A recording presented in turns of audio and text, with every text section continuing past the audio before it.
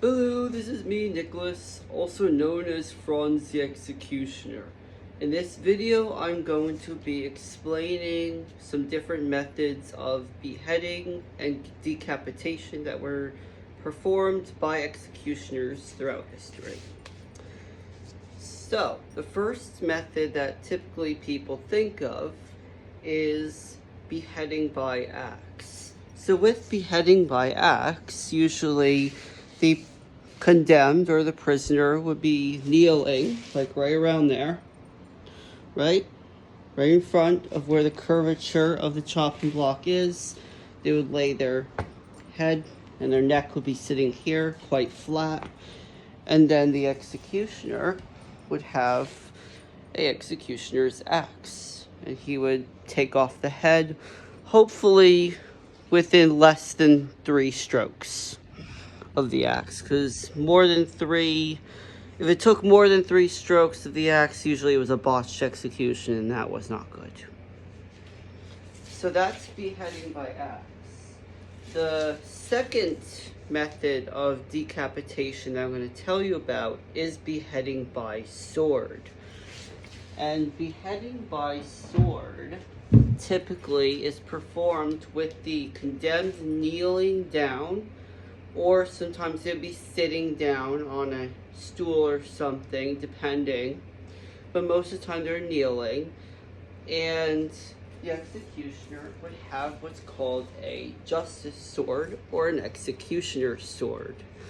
So this is a German executioner's sword. So this sword is only meant and designed for beheadings, and that's it.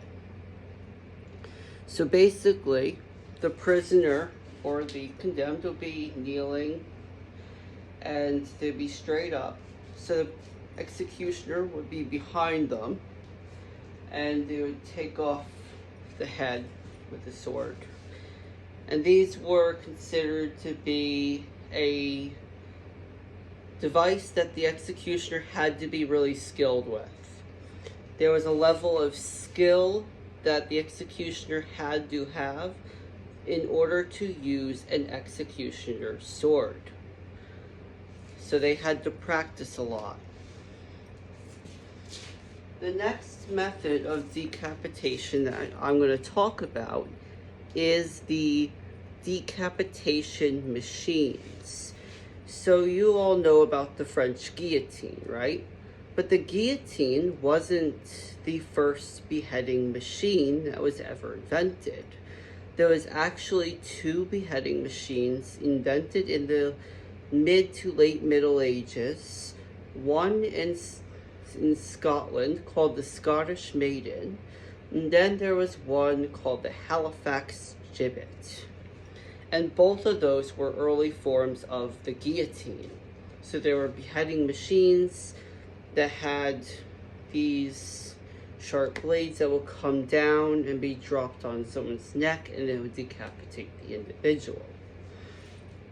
So and the guillotine was actually made, and the people who made the guillotine took the ideas of the Scottish Maiden and the Halifax Gibbet, and they ended up making the guillotine and perfecting it.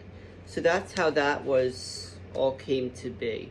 But those are all different forms of beheading that I talked about. So like, subscribe, leave a nice comment. And just letting you know, this is purely educational. I've been reenacting the executioner for a long time, and I specialize in this topic. I perform educational demonstrations of mock executions and torture. I teach classes. I also do talks on this topic. Basically, I specialize in torture and execution and the life of the executioner throughout history. So if you have any questions about any of that regarding that topic, leave them in the comments and I will answer them. I have knowledge of this topic from the Roman period all the way to modern day and today's execution and torture methods that occur all over the world. So I have a vast knowledge of this.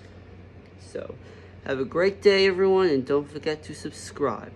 Peace.